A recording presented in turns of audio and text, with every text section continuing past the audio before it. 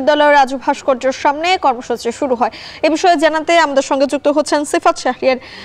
সিফাত, resistance week যেটি আমরা বলছিলাম, সেখানে কি কি কর্মসূচি রয়েছে এবং শিক্ষার্থীরা আসলে কি বলছেন, যে 4 দফা দাবির কথা তারা বলছেন, সেই দাবিতে কি কি রয়েছে বিস্তারিত আমাদের জানাবেন। মিম, 4 দফা দাবির প্রথম দফায় হচ্ছে যারা শেখ হাসিনার সহ গণহত্যার সাথে যারা জড়িত তাদেরকে দ্রুত বিচার আওতায় নিয়ে আসতে হবে। আমরা মিছিলের মধ্যে ছিলাম, আপনাকে সেটা আগে দেখাতে চাই। এই মিছিলটি রাজু ভাস্কর্য থেকে শুরু হয়েছে এবং হলপাড়া প্রদক্ষিণ করে মিছিলটি সামনের দিকে এগিয়ে যাচ্ছে এবং সেটি আবার রাজু ভাস্কর্য দিয়ে শেষ হবে।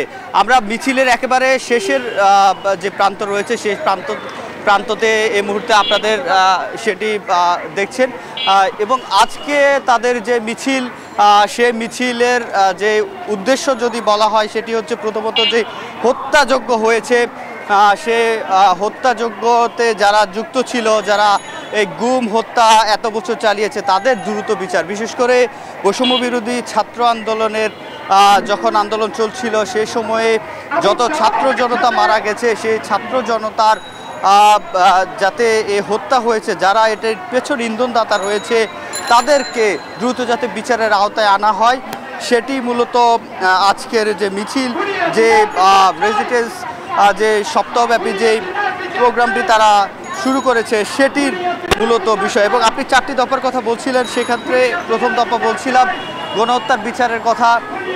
যদি দ্বিতীয় দফার কথা বলি কিংবা দাবির কথা বলি, সেটি বলা যায় যে যারা সংখ্যালঘু রয়েছে তাদের উপরে আমরা কিন্তু হামলার যে বিষয়টি সেটি দেখছি।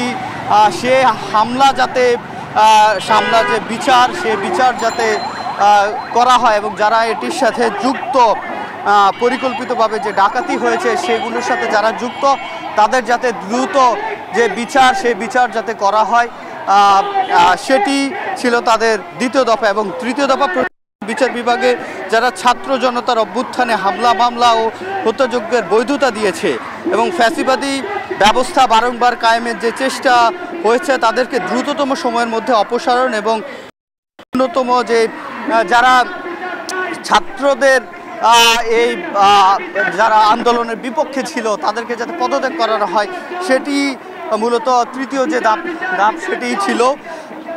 এবং এই যে শিক্ষার্থীদের যে মিছিল, সেটি কিন্তু আমরা যেটি দেখছিলাম, সেই মিছিলটি কিন্তু আবারও একেবারে এখন ভিসি চত্বর রয়েছে, ভিসি চত্বর থেকে ঘুরে আবার রাজু ভাস্কর্য দিয়ে শেষ হবে। তো এই ছিল আমার কাছে রাজু ভাস্কর্য থেকে শুরু হওয়া যে মিছিল গণহত্যার বিচারের দাবিতে, সেটির সবশেষ। ঢাকা বিশ্ববিদ্যালয় এলাকা থেকে বৈষম্য বিরোধী ছাত্র আন্দোলনের রেজিস্ট্যান্স উইকের কর্মসূচি সম্পর্কে বিস্তারিত জানাচ্ছিলেন সহকর্মী সিফাত শাহ।